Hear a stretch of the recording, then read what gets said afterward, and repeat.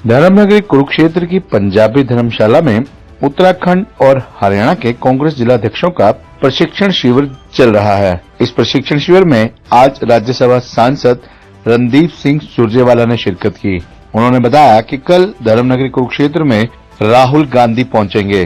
सुरजेवाला ने भाजपा पर जमकर निशाना साधा। प्रयागराज में शंकराचार्य को स्नान न करने देने को उन्होंने निंदनीय बताया। आपको बता दें कि 13 जनवरी से कुरुक्षेत्र की पंजाबी धर्मशाला में कांग्रेस के जिला अध्यक्षों का प्रशिक्षण शिविर चल रहा है। आज राज्यसभा सांसद रणदीप सिंह सुरजेवाला कुरुक्षेत्र पहुंचे। उन्होंने भारतीय जनता पार्टी पर जमकर निशाना साधा। सुरजेवाला ने कहा कि कल 21 जनवरी को कांग्रेस नेता राहुल गांधी कुरुक्षेत्र पहुंचेंगे। उन्होंने कहा कि शंकराचार्य अविमुक्तेश्वरानंद को प्रयागराज में स्नान न करने देने को उन्होंने निंदनीय बताया है। उन्होंने कहा कि भारतीय जनता पार्टी सनातन को मानने वाली पार्टी कहती है और किस तरह से सनातन का अपमान किया जा रहा है, ये सारा देश देख रहा है। उन्होंने कहा कि शंकराचार्य के साथ जिस तरह से प्रयागराज में हुआ और जिस तरह से काशी के मंदिरों को तोड़ा जा रहा है, ये सब देखकर पता चलता है कि भाजपा का सनातन से कोई लेना देना नहीं है। कांग्रेस पार्टी ने हरियाणा और उत्तराखंड के हमारे जो जिला अध्यक्षगण हैं उनके लिए एक 10 दिन का ट्रेनिंग कैंप, ताकि राजनीतिक परिप्रेक्ष्य क्या है देश का, सामाजिक परिप्रेक्ष्य क्या है, देश के प्रदेशों के मुद्दे क्या हैं, लोगों की समस्याएं क्या हैं, उनका हल और आंदोलन की जो गतिविधि है उसे किस प्रकार से तैयार करना है।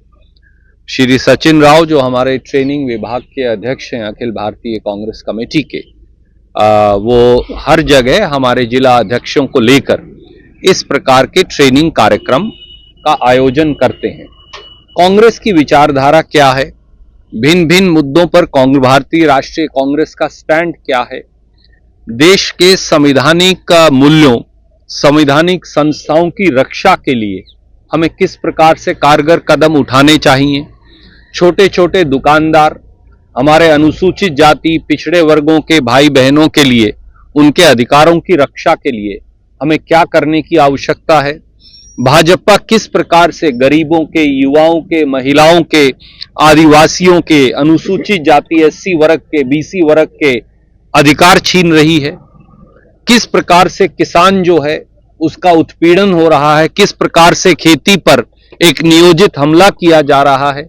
इन सब विषयों को लेकर हमारे अध्यक्षगण चर्चा भी करते हैं और पार्टी एक आम राय बनाने की कोशिश करती है जिसके आधार पर जमीनी आंदोलन और जमीनी जुड़ाव किया जा सके। एक बेहतरीन कदम है जो भारतीय राष्ट्रीय कांग्रेस ने उठाया है और मैं प्रदेश कांग्रेस कमेटी के अध्यक्ष राव नरेंद्र सिंह जी को और पूरी टीम को उनकी इस बात के लिए शुभकामनाएं और मुबारकबाद देता हूं कि उन्होंने अपने प्रांत का भी, हरियाणा का भी, हरियाणा के साथ साथ देवभूमि उत्तराखंड का भी, दोनों का कैंप जो है जिला अध्यक्षों का यहां लगाया है। और मुझे विश्वास है कि हमारे जिला अध्यक्ष वैचारिक तौर से, आंदोलनात्मक तौर से और ज्यादा लैस होकर इस कैंप से निकलेंगे। बाकी तो वो अपना राहुल जी आएंगे, खास तौर पे जिला अध्यक्ष उत्तराखंड और हरियाणा। देखिए, मैं प्रदेश कांग्रेस कमेटी के सम्मानित अध्यक्ष से कहूंगा कि वो इस बारे में उनका पूरा कार्यक्रम जो है आपको सूचित करें। जो मुझे जानकारी है कि वो लगभग 10 बजे अंबाला कैंट से यहाँ आएंगे और वो जिला अध्यक्षों से बात करेंगे। मुझे विश्वास है कि राहुल जी के मार्गदर्शन में पार्टी का संगठनात्मक जो ढांचा है वो और ज्यादा मजबूत होगा और हमारे जिला अध्यक्षों को और ज्यादा साहस और ताकत मिलेगी। सुरजेवाला साहब, भारतीय जनता पार्टी सनातन की बात करती है और प्रयागराज में क्या कुछ हुआ शंकराचार्य जी के साथ पूरी देश दुनिया देख रही है और अभी तक उन्होंने स्नान नहीं किया बल्कि अंजल भी त्याग दी। उसको लेकर क्या कहेंगे? हिंदू सभ्यता और संस्कृति में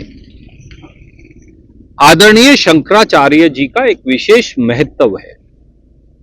अगर मैं ये कहूं कि उनको गुरु की संज्ञा दी गई है तो शायद ये उचित होगा और शायद आप भी मुझसे और आपके दर्शक सहमत होंगे। जिस प्रकार से शंकराचार्य जी को अपमानित करने का षड्यंत्र किया जा रहा है, एक बात है जो अनजाने में हो जाए, आदमी भूल से कर दे, गलती स्वीकार ले, पर नहीं, यहां चोरी और सीना जोरी दोनों हो रही हैं। भाजपा की सरकार सबसे बड़े धर्म के सिद्ध जो हैं शंकराचार्य जी, पहले उनको अपमानित करती है, छत्र भी तोड़ दिया उनका, और अपमानित करने के बाद इस बात का घमंड और अहंकार भी करती है कि वो शंकराचार्य जी को अपमानित कर सकते हैं।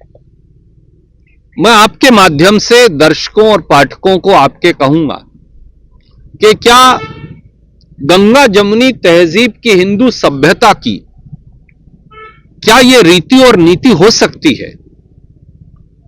क्या धर्म और संस्कृति का ये रास्ता हो सकता है? क्या संस्कारों से ओतप्रोत भारत की तहजीब का ये चरित्र हो सकता है? तो सबका जवाब नहीं में आएगा।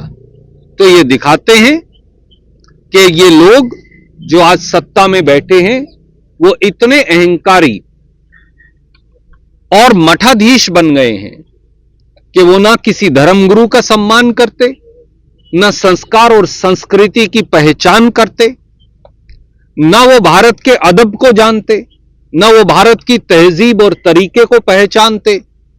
और बार बार जो वाराणसी में घाट पर हुआ, जिस प्रकार से वाराणसी के घाट और पवित्र मूर्तियों को जिस प्रकार से ध्वस्त किया गया, मैं स्वयं वाराणसी जाता हूं लगातार, वाराणसी में 300 से ज्यादा मंदिर गिरा दिए गए।